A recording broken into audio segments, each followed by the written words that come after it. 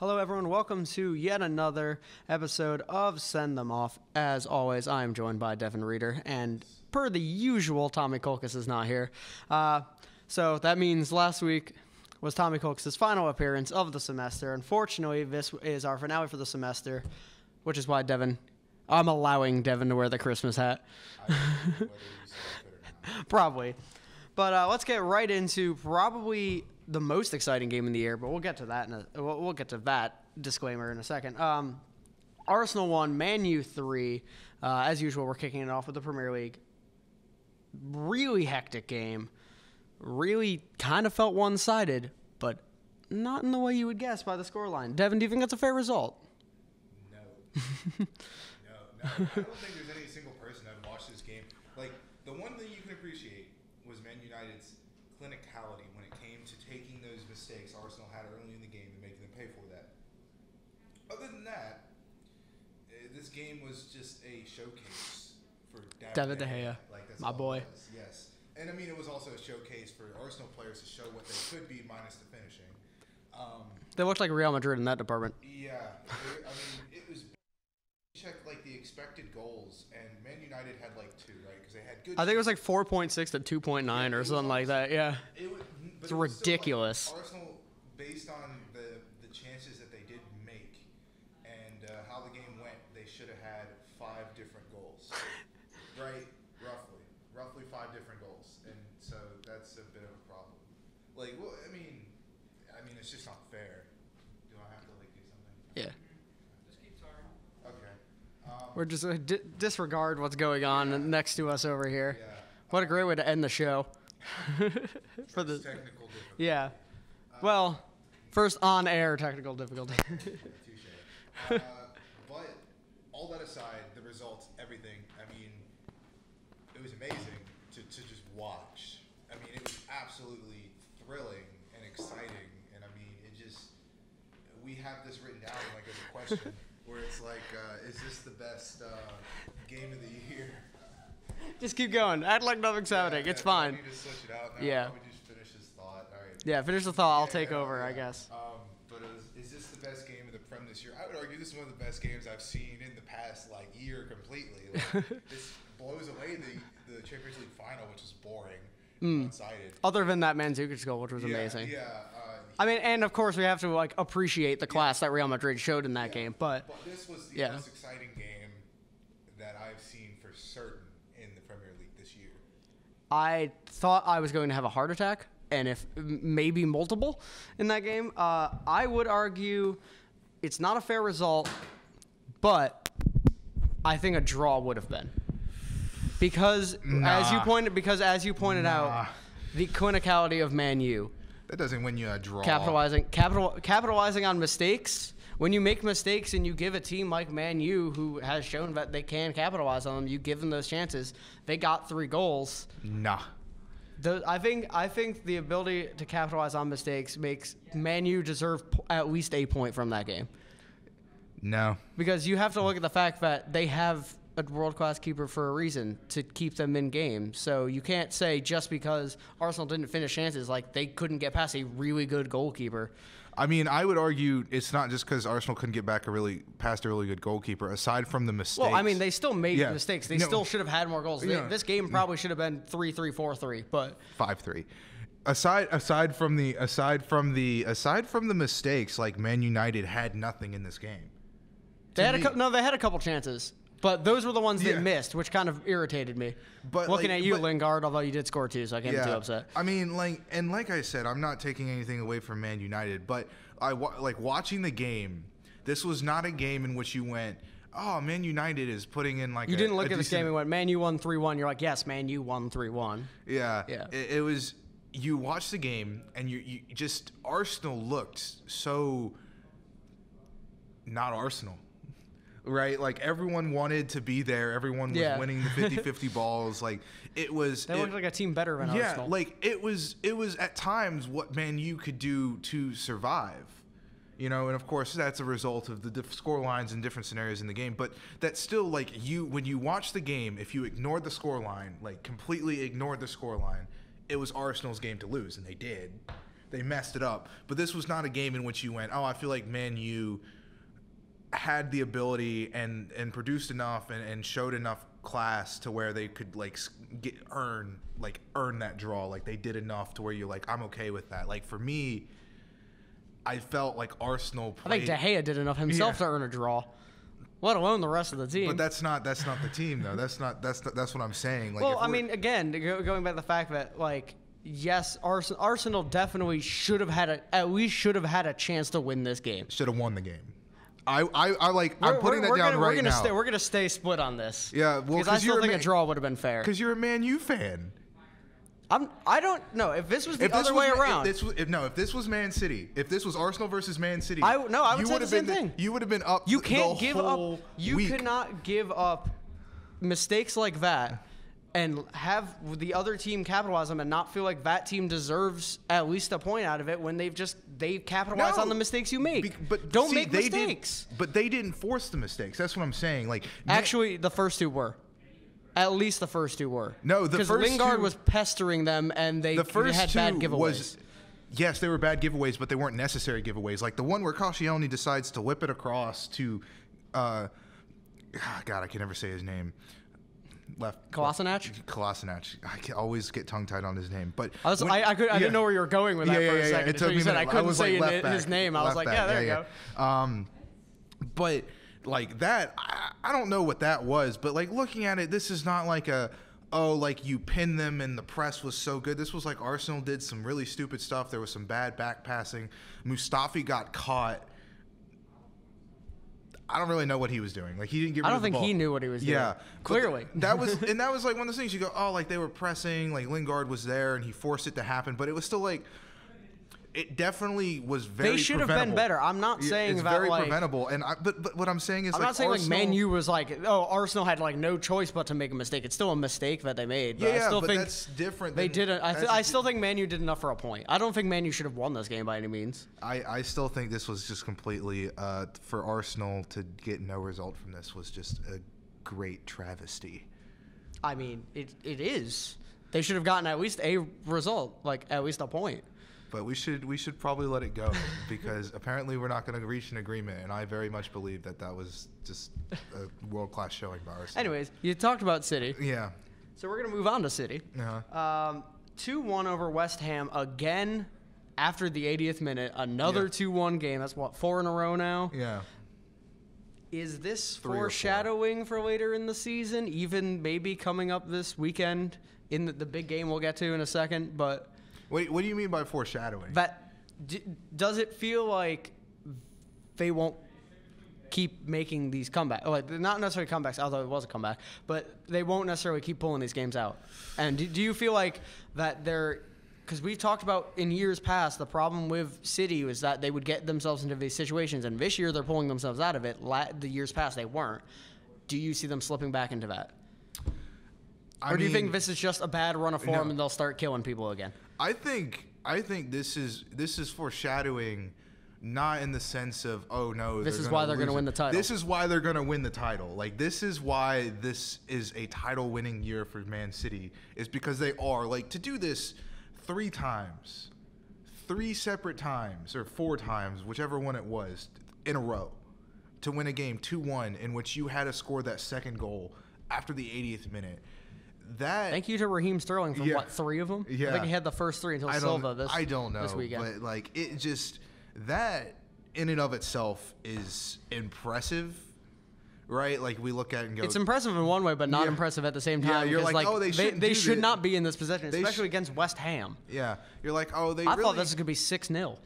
Yeah, it was like, this is definitely one of those things where you're like, they really shouldn't be in those positions. But the fact is, they found themselves in those positions and found a way to crawl out of it. You know, we'll get to their results from the Champions League later. But in terms of the league at home, I mean, not to be, I guess, rude to these other teams, but the teams that they've been playing... Oh, come on. Like, you literally diss at least a single player every 10 minutes. But not to be rude to these other teams, these are, like, when you're winning, like, 5-0, 6-0, like, as great as that is, I It's not showing the character, if you will. Yeah. This is a much more bigger insight into, I think, what it's Pep easier Guardiola, to score when you're already ahead. Yeah, this is a much bigger insight into what I think Pep Guardiola has kind of brought to Man City. Is this kind of never say die attitude, like to get that goal in the end when you need it, is something that we have not seen previously from other Man City teams.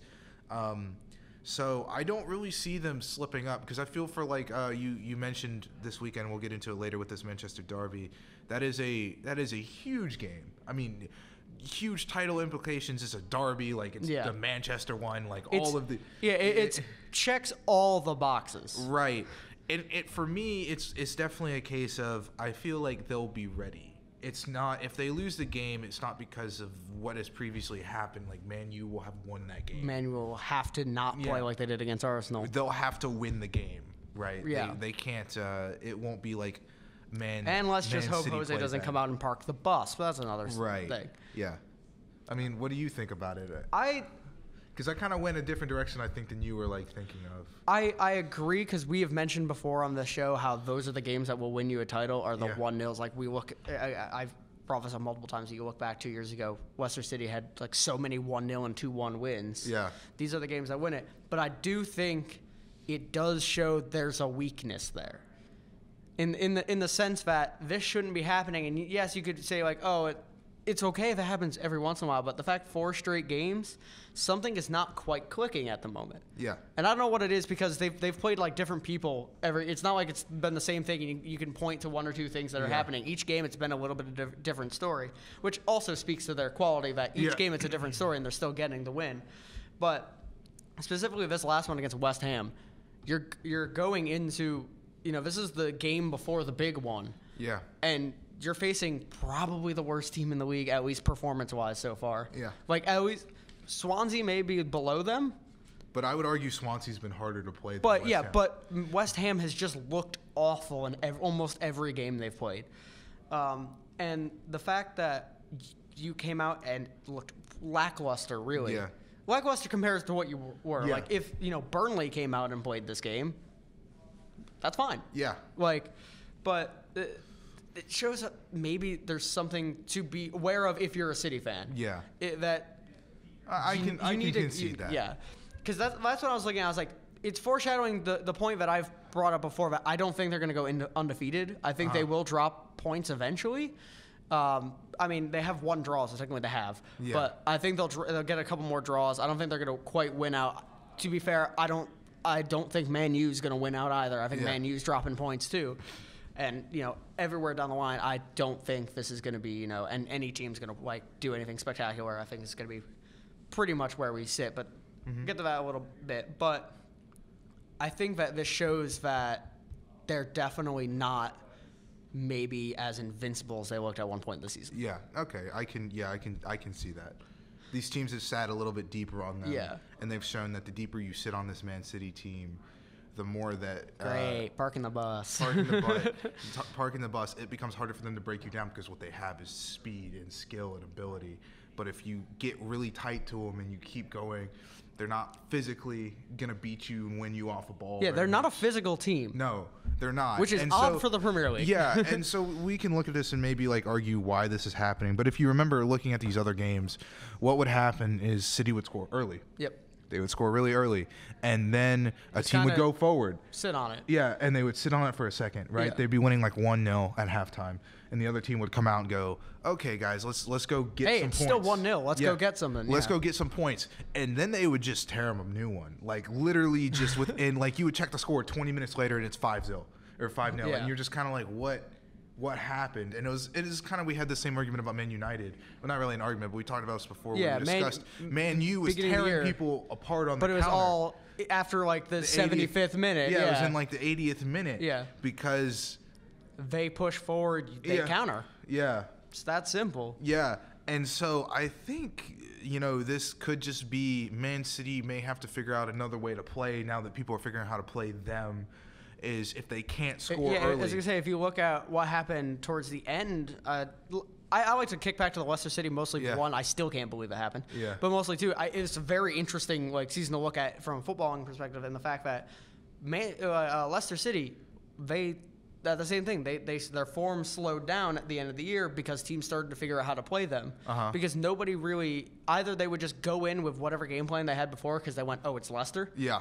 Or they just would not really game plan around what Leicester was doing. Yeah. And Leicester just did the sit back and counter. And as soon as teams figured out, well, if we just sit back, they're not doing anything. Yeah. Leicester had to figure out another way to win. And they did enough, but we saw the next year when teams just immediately came out playing them that way. How well did that go last year? Leicester ended up back in the middle of the pack. Yeah.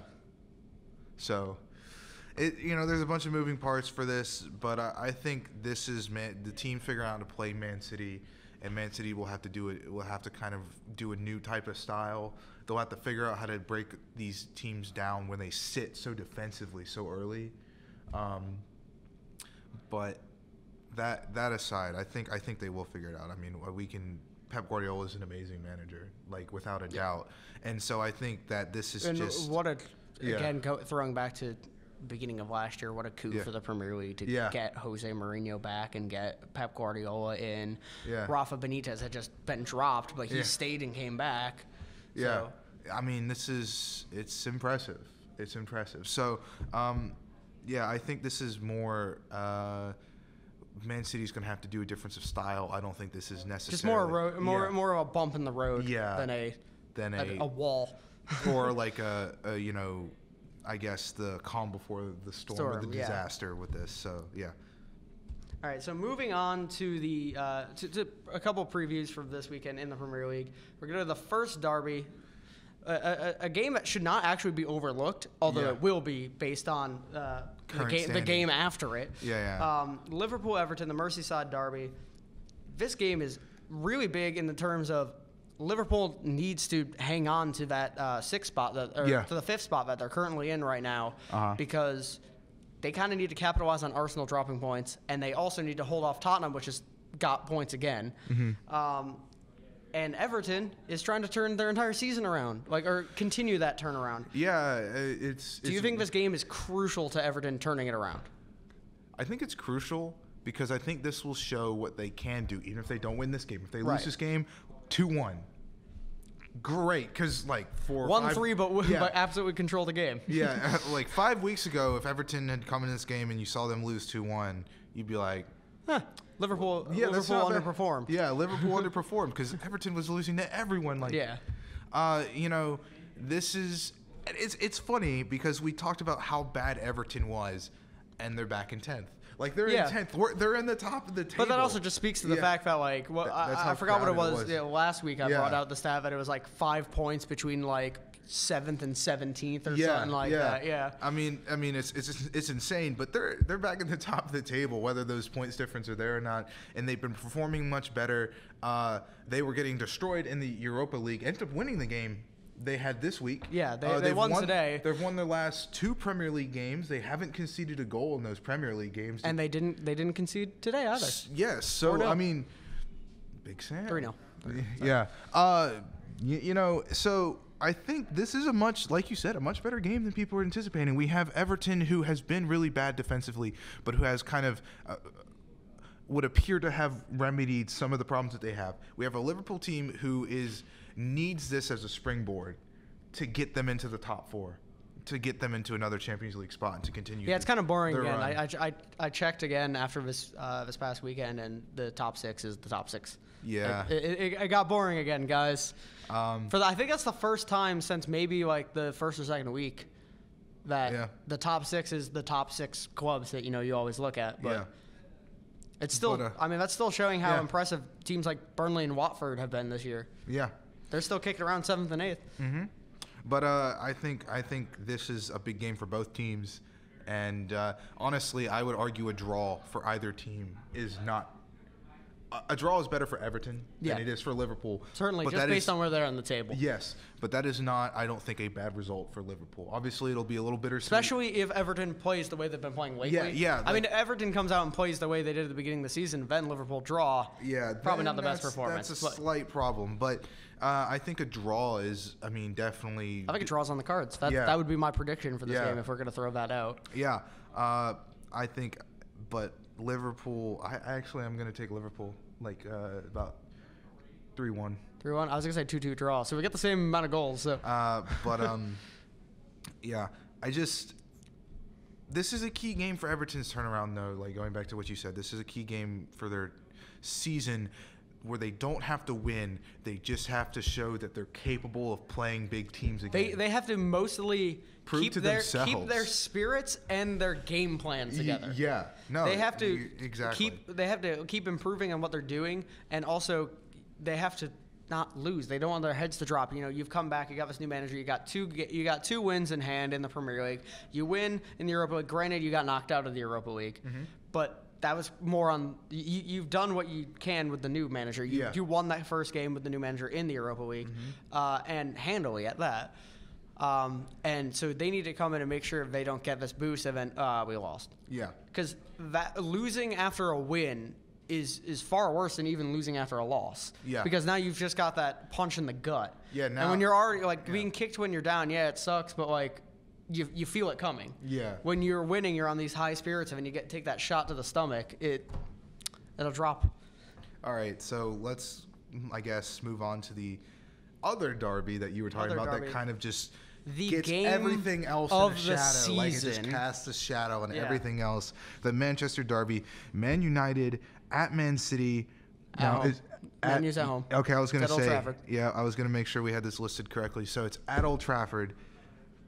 I mean, we have a question mark beside this point. Potential title decider. Just read the script to the audience, though. Well, no, I was just saying, like, I don't really know if we should even have the question mark. Yeah, like have the question mark there. Well, right? that was we should probably just speak on how it is that.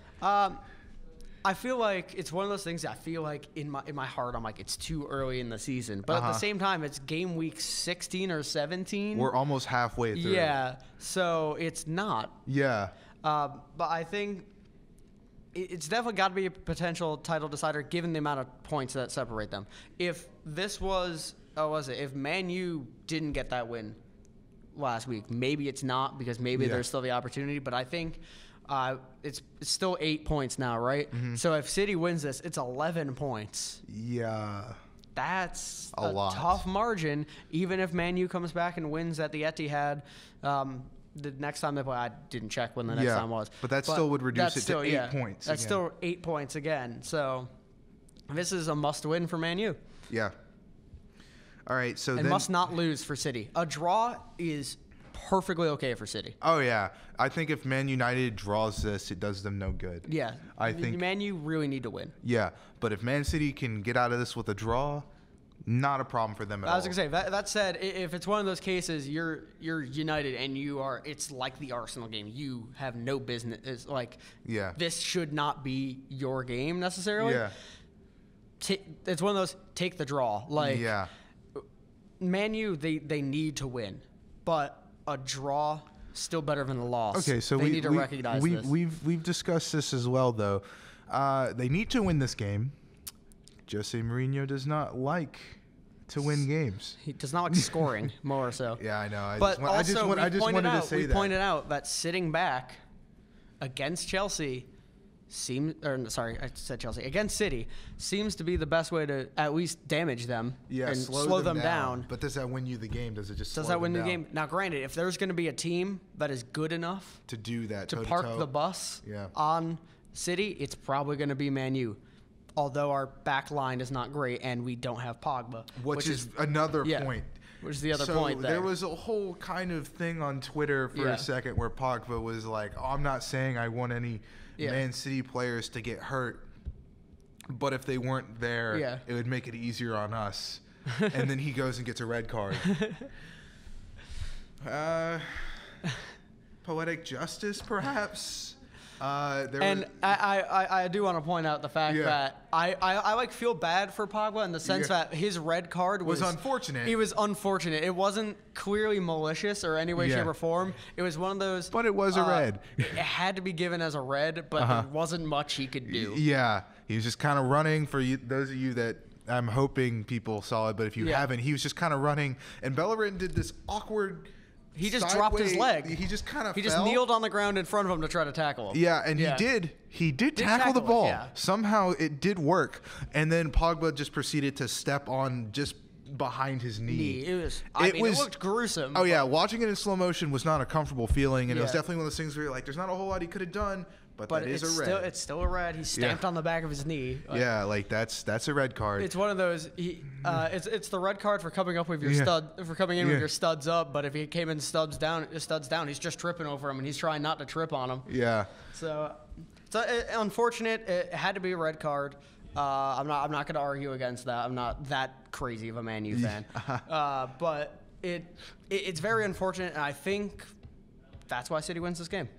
I mean, so you're saying I'm this saying loss City of wins this Pogba, game. forget all the other stuff we just talked about with it, just throw it out the window, the poetic justice and everything and what caused it. The fact that Pogba's not in this game is the most important takeaway because this prevents Man U from getting a result. Yes, I think Man U will lose this game. I think it'll be 2-1. I think it'll be 2-1 because I think Man U, I think it might be in the 80th minute as well. But the problem with that is if we're going to play defensive, There needs to be a ball carrier. then you need the person to bring the ball up the field, and who is that? It's Pogba. And he's not there. He's not there. Herrera's not going to do it. Herrera will do fine things defensively for you. Matic will do fine things defensively for you. They're both very competent on the ball. Jesse Lingard. They're not. He has been good. Yeah. Player that Jose needs to play, in my opinion. Mkhitaryan? Nope. No? Rashford. Oh, yeah. Because we're going to need to counter the hell out of him. And our best counter player, actually, it's been Lingard the past couple of games, but he's Rashford, but he just hasn't been playing. And Rashford, it's not just because he's fast. Yeah. But he can beat people one-on-one, and when you get into those counterattacking situations, you have to beat the first man, and then you counter. Yeah. I get what you're saying. Yeah, Rashford needs to play. I don't think he will, which is also part of the reason why I don't think this is going to happen. I think Rashford's going to sit predictions going on right here, Yeah. Tom. Can you be right at all of them at the same time? I don't know. That we're pretty predictable, if I'm being honest, up until this past week. All right. So, I mean, just to toss it out there, I also think Man City... No, I think this is a draw, actually. It's a draw? I think this is a draw. Because it's at Old Trafford? It's at Old Trafford. Yeah. That's the only saving grace for United. You don't have Pogba, but you are at home. So that doesn't quite counter out because Pogba is definitely bigger. Yeah. Especially since the Etihad, let's be honest, is not that impactful of a stadium in the sense. Yeah, it's a weird stadium. Yeah, it is. That's a story for another time. A lot of people, but it feels like there's no noise. Yeah, the acoustics are not. They're too good. Yeah. They're too good. All right, so I guess that's kind of covers the last week, the big games, and the preview of the Premier League coming up this weekend. On to the Champions League, which we have just finished. Yeah. All of the games. As of yesterday, we have our knockout stage teams. I'm not going to do the weekly episode of Tom List team names. Yeah. I've decided I'm not doing that. But what we do want to cover are the teams that are surprisingly not in the knockout round, and there's 4 big ones that we have named here, which have all dropped to the Europa League. Which have dropped to the Europa League, which we will also discuss. Yeah. But the four big ones that are not in the knockout stage of the Champions League and have dropped to the Europa League are Atletico, Napoli, Borussia Dortmund, and Leipzig. Leipzig, I feel like, is the underrated one in there. Yeah. Because it was one of those I had heard about Atletico, Napoli, and Dortmund, and I knew Leipzig was in trouble, but nobody had been talking about it. And when I was looking through the groups to be like, okay, who were the big ones who went through? Who were the big ones? Well, I mean, most of the big ones went through. Yeah. Who were the big ones? Who were the surprising teams to make it through? And who were the big names out? I was like, Leipzig got out. Yeah. That's a big one no one's talking about because Leipzig is a dangerous team in, say, the Europa League. But we'll get to that in a second. The biggest one here for me is Napoli. Yes. Because Atletico and Dortmund had very tough groups. And Napoli they've had did rough not. seasons. Like in their respective leagues, they've had tough seasons and they have not been at what you would expect them to be. Napoli, which is also why I'm surprised Leipzig is out because they've been performing well. Yeah. Not quite as good as last year, but they're performing well with an added competition. Yeah. Napoli, I don't know why I honestly don't understand what happened. And they played Insigne, so it's not even the Italy situation. Yeah. But the biggest thing here is Napoli easily should have been the second team in that group. Yeah. Yes, they had to play City, but they also had, Feyenoord and... Yes. What was the other team? We couldn't even name the other team. I thought it was the other Moscow team. Yeah, but it might be the Ukrainian one. Shakhtar? Yeah. Yeah, it is Shakhtar. Yeah, it's definitely Shakhtar. Okay, we found it. We found the bar. So... And, not to discredit Shakhtar. Shakhtar is consistently not just in the... I mean, they're consistently in the Champions League because they are the best team in the Ukraine. But they're consistently dangerous. They're consistently fighting in there. They have been to the knockout stage before. It's not like Besiktas, which the fact that Besiktas, this was their first time making the knockout stage actually surprised me. Yeah, then I went back and thought, I was like, yeah, if you look like 4 years ago, all it is all the time is Galatasaray, and they haven't been existent in like the past 4 years in the Turkish league. But Napoli's got to be the biggest one out as far as what you would expect coming out of them. Atletico had to do with Roma and Chelsea. Mm-hmm. Dortmund, you had Tottenham and Real. Most people still would have expected Tottenham to drop out of that group. Yeah, us included. And most people probably would have expected Roma to fall out of the other group. Us included. Us included. But those aren't as bad. But I don't like the fact for these teams that they now have to go to the Europa League. Yeah. Because it's just added fixtures that, let's be honest, they don't care that much. But that said, Atletico Madrid might need it. That's true. They might be in a Man U situation. Yeah, I mean that's a very Dortmund should be fine because they'll be probably third, but in their league, which is that's fine in the German league. But Atletico, if they keep performing as badly as they have in the league, they could fall out of that, and they could need the Europa League. And Napoli right now is still leading the league. So are they really? Even after the loss to Juventus. Yeah, Juventus climbed within 1 point. Oh, okay. No, Inter took the lead. Sorry. Okay. Inter jumped them, but. Yeah, but they're still ahead of Juventus. They're still there, yeah. Okay. So we'll get to the quick Europa League. But now that we've reached the group stage, who is your favorite to win it? But then also, who is your dark horse that you think could knock off your favorite? Yeah. I'm going to go for my favorite. This has been a personal conflict of mine all day today going, who do I think is going to win this? I want to say Real just based on the teams, but they've not played well. Yeah. I want to say Barcelona based on their team, but there's still questions to be had there. I got to go PSG. As much as I really don't want to because I'm not this is funny coming from a Man U fan, but the whole let's spend $222 million and the whole scandalous thing going on with the financial fair play where they just completely basically ignored it. But they have looked like the best team, and even though they lost to Bayern the other day, they didn't care at that point. They were already through. So they honestly butchered the rest of the group, and even Bayern the first time they played them. Yeah. So I feel like this is. I don't want to say it's going to be boring, but this has the potential to be a boring Champions League if the draws go because we could end up with a Man U Real Madrid draw, which I think would be fascinating. Yeah. But terrifying. Yeah. So I think that if big teams get drawn against each other and PSG can avoid those, this could end up being not that interesting of a Champions League. Okay. If they continue to perform at the level. PSG have been known to perform really well in the group stage and then bomb the knockout stage. That was going to be my one argument with that is I just don't. You don't trust them. I don't trust them. Yeah. They're one of those teams that I look at. We've been doing this with college football in the U.S. I was gonna say it's the Oklahoma complex. Yeah, where you're for the first time I think ever, last night on the extra point, for the first time all season, I was like, I actually have confidence in Oklahoma. And that's how PSG feels. That's how Tottenham feels. All year too. Yeah. So who's your dark horse then? Dark horse, I want to say Besiktas, but I just don't think they quite have the quality. Although they've looked really good with Pepe. Yeah. Pepe in the back has shored up all of their problems somehow. But for me, I'm torn here. Mostly, I'm torn between any number of English clubs because for the first time ever, there are 5 teams from the same league. Oh wow! In the knockout stage, the only other time it could have happened was Spain 2 years ago, but Valencia screwed it up. They had 4. God dang it, Valencia! All 5 of the Champions League, all 5 of the Premier League Champions League teams have made it through.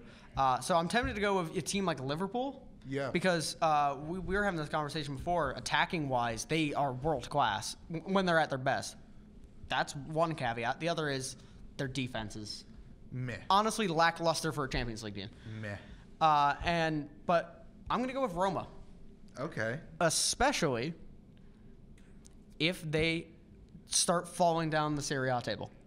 Because keep in mind, we don't play these games until February. Right. They will be drawn over the weekend, but we don't play these games until February. Okay. So if they start falling down the table, it's like Man U in the Europa League last year, or possibly one of these 4 teams that dropped down. And there's 4 more teams that dropped down from the Champions League. But when you look at Champions League winner, obviously stays in the Champions League. They get they get a spot, so they might have to go guns blazing and have to come out just firing on all cylinders. And I think that could be a big thing. But also, they're a very talented team. Yes. Very good, and I think that teams may overlook them, and that could be the problem. They're very tactically good as well. They are very well managed. organized. Yes. So that which is key in when you big have to play matchups. big teams and very different teams from round to round. Yeah.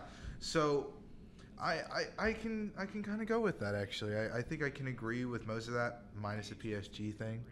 All right, who are you taking then? I think it's going to be Man City.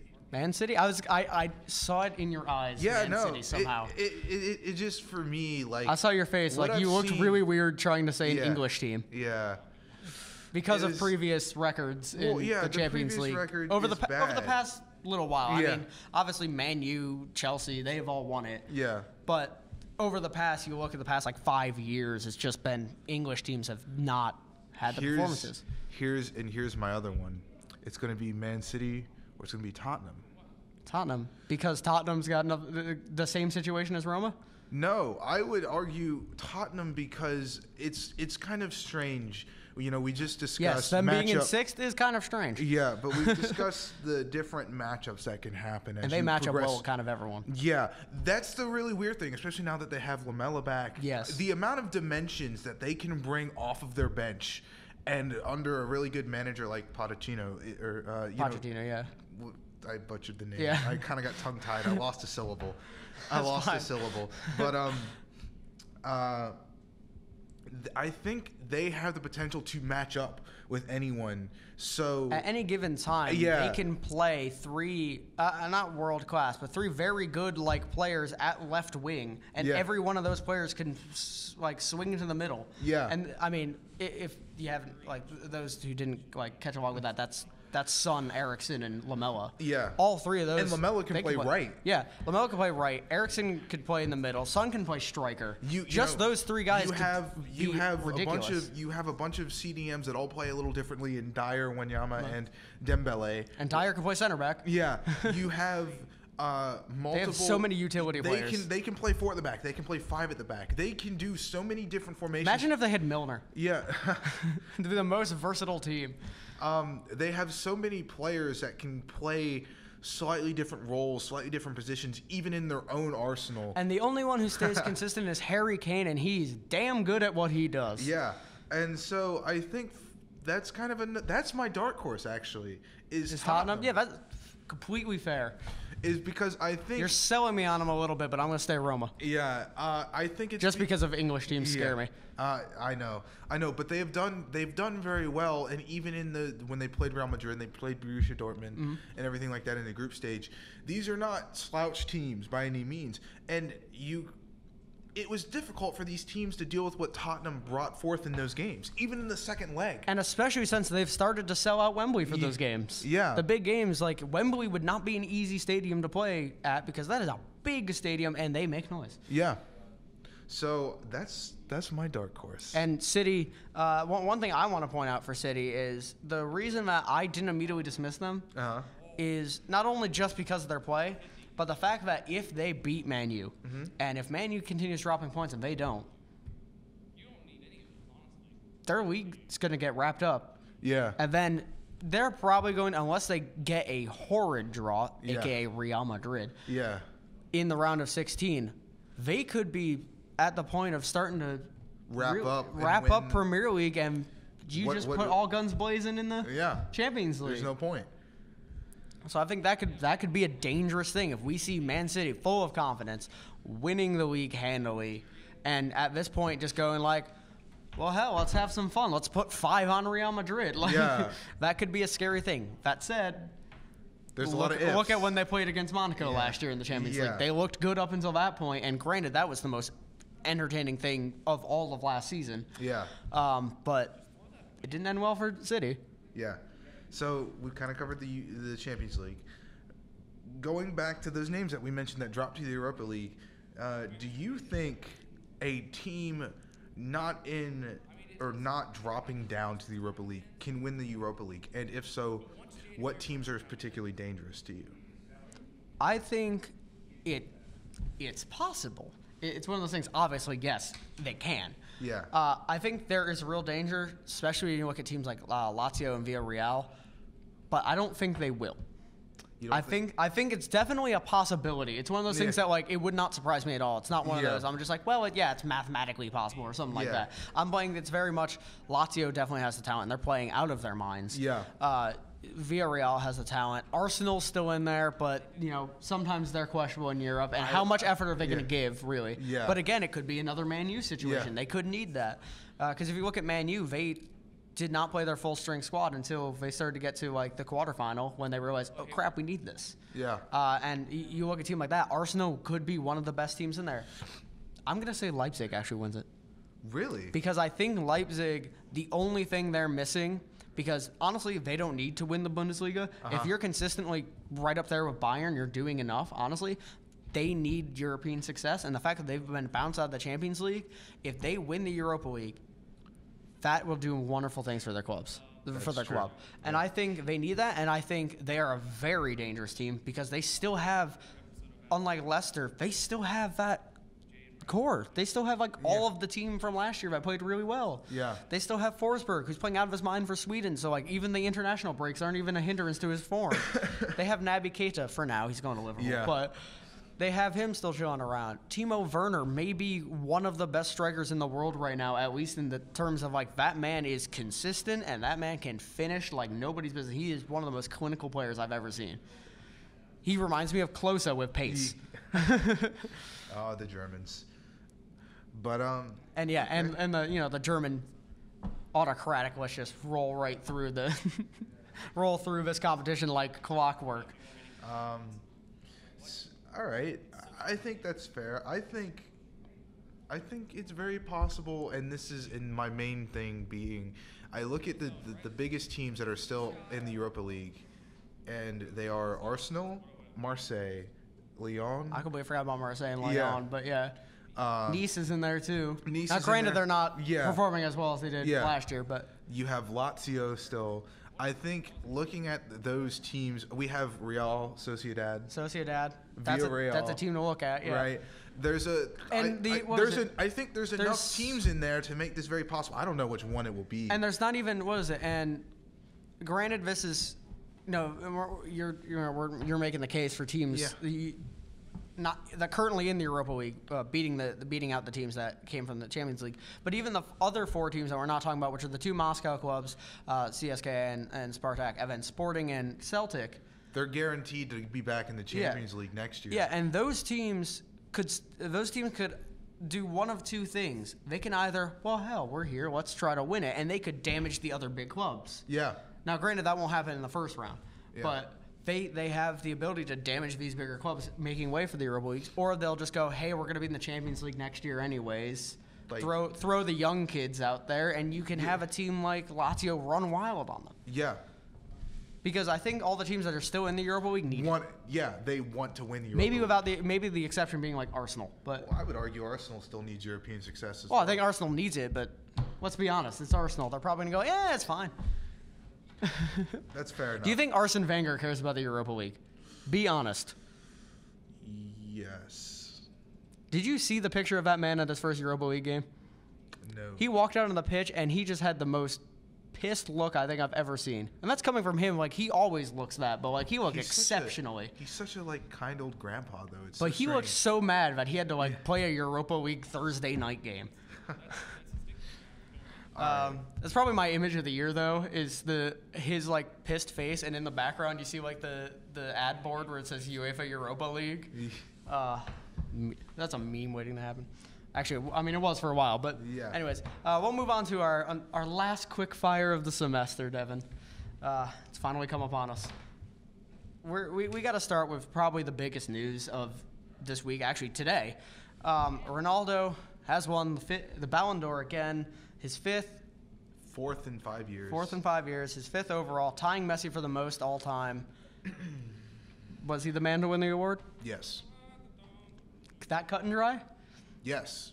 Because we've discussed this at length before outside of the show, where recently the Ballon d'Or has been, are you doing a champion? Are you a champion? Like, are you, putting Now, up granted, stats? Barca won. Yeah. No, Real won the league last year. Yeah. I'm 2 years ago. So it's one of those things Barca's where winning the league now. you look at it and you go, did you have a good year? Right? Did you have a great year? And he did. He did have a great year.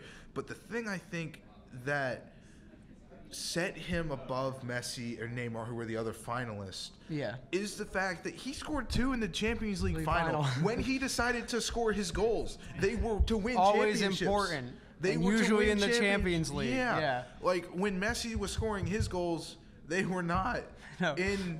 Messi's like, let me get a hat trick against Eibar. Yeah. So Sorry, Eibar. I think it was the timing of it. Barcelona didn't win a title. Messi had a great year statistically. He had a great year by himself. Barcelona did not. And again, like when you consider when they were scored and when he made those contributions, it doesn't feel as clutch and as trophy worthy as what Ronaldo did last year. So what I'm going to say about this is I feel like it's a yes and no here. But here's why. Yes, he should have, given how the Ballon d'Or is given out. Yeah. But if you look at how the award is supposed to work, it's kind of like the Heisman. It's like the Heisman, but except the main thing here is because it's supposed to be for the year, the calendar year, not the season. Yeah. So if you look at all of 2017, Messi's been better just because Ronaldo has been so shockingly bad this half of the year. Yeah. But they always give it to what happened at the end of last season. Yeah. So since that has been the way it's been given out, yes, because he was much better in the first half of this year than Messi. But if we're looking full year, Messi was better overall, but that's not how the award is given out. So yes, he deserves to win the Ballon d'Or. Either way, it's close. Yeah. But he deserves to win the Ballon d'Or given how it's been giving out. Yeah. Which, I mean, again, you got to go by that formula. You can't randomly change it because then everyone would be pissed. And if you're gonna change it, you have to set it out. And be like, we're gonna do it like this. And we're gonna do it the right way. Yeah. That's how it should be given out. But again, it's like the Heisman. Like there's the awards. It's like kind of any MVP award. It's usually given out to somebody who's on a winning team. Yeah. And sometimes that's the problem. But I think it is the right choice. It's amazing that we look at these two teams that have, these two players. Well, really the teams. But the past 10 have all been them. Yes, alternating. Yeah. It's either Ronaldo or Messi since 2008. Yeah, and that's remarkable. So now I want to pitch to you the big question. Are they the best two players to ever play the game?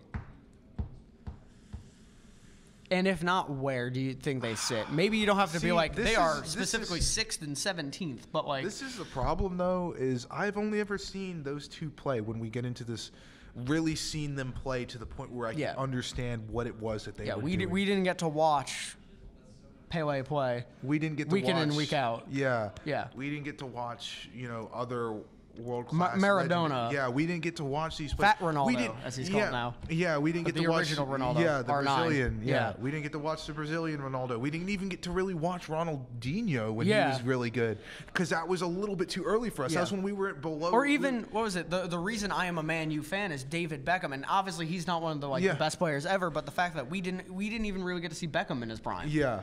So that era is completely lost on us. So, I mean, it could just be me being like biased. a 19-year-old kid. Yeah.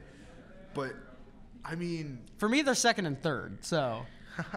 Don't feel bad if you're like they're 1 and 2. I think they're definitely way up there. So yeah, no, I mean, I would argue that they are definitely somewhere between 1 and 3, both of them, whatever order you want. So I'm I'm gonna first point out something that Tommy and Kolkus and I we have class together, and but before this, so unfortunately he had to go work on a project for the both of us, but that's the point.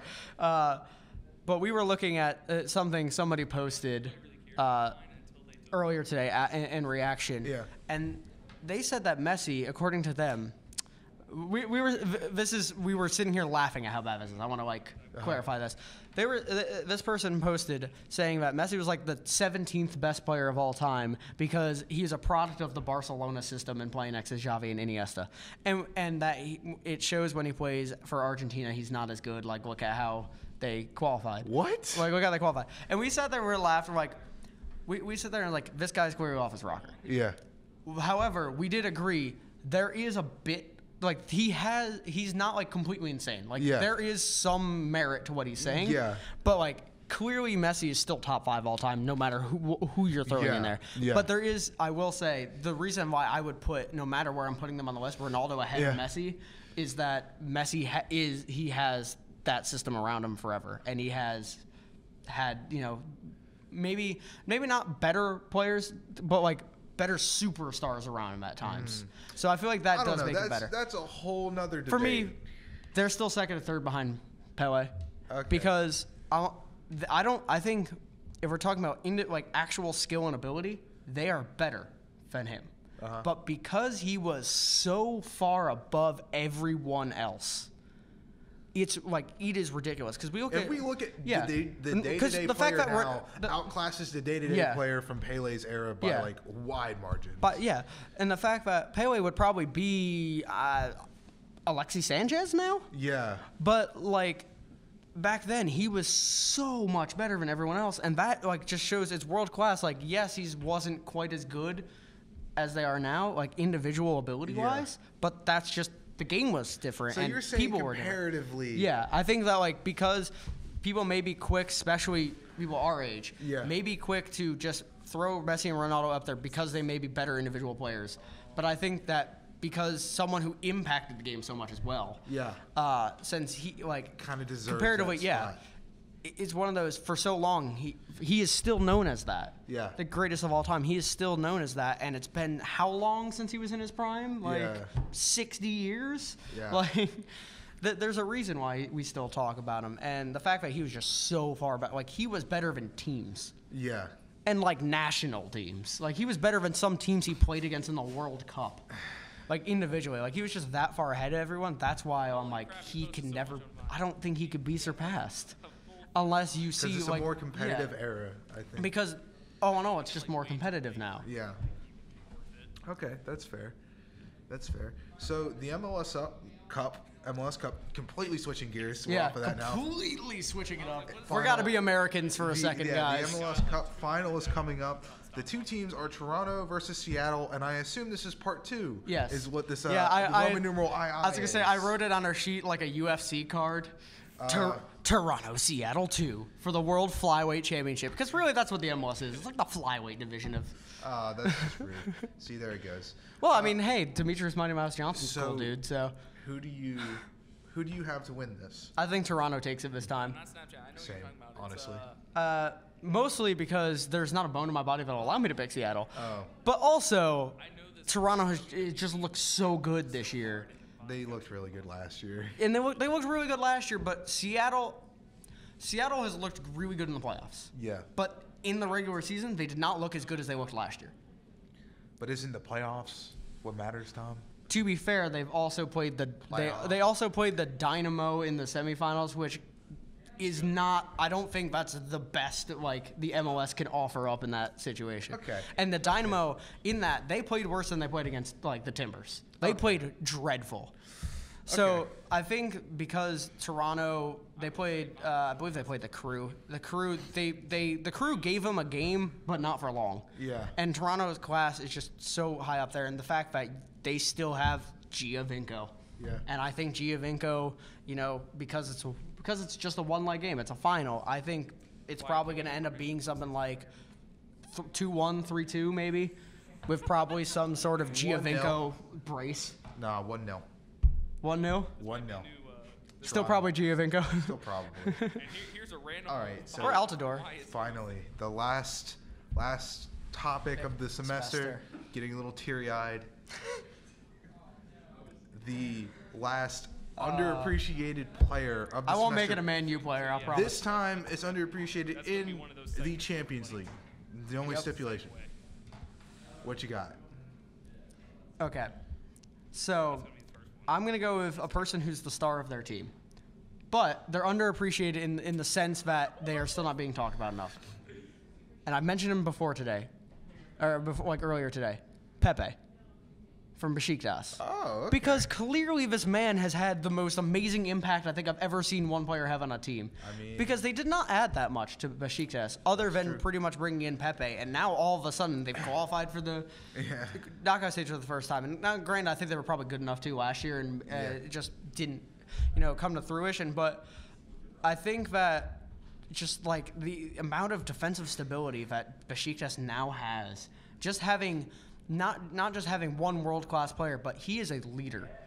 And granted, sometimes he leads in the way of a headbutt to the chest, but he's actually cleaned that up recently. Yeah. But he is He's a leader, grown. and he has Matured.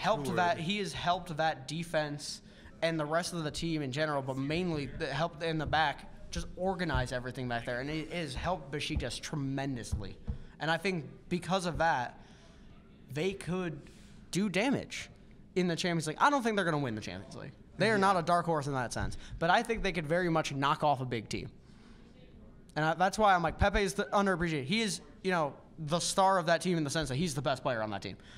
But he's underappreciated at the fact that we're still not really talking about him that much. Why? He's hurt. Most people just go, he's a Real Madrid castaway at this point. Have we picked?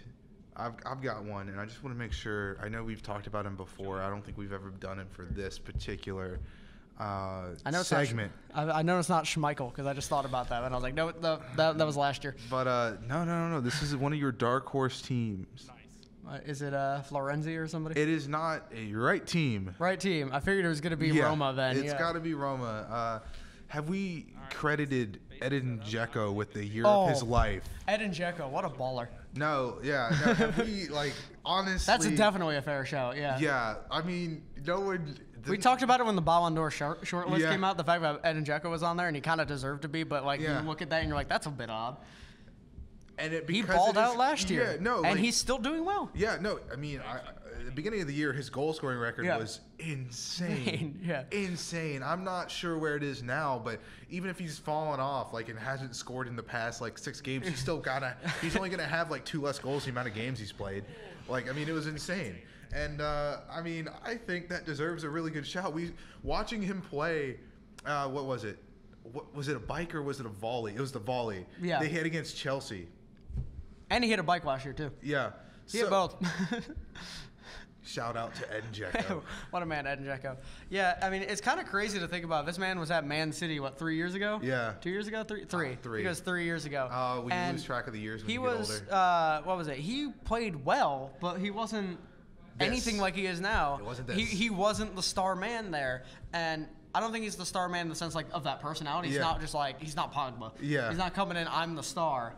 But he has been the star man, at least in the sense that he is their goal scoring output. And granted, there's still more, Verratti. around that, and there's more for that team.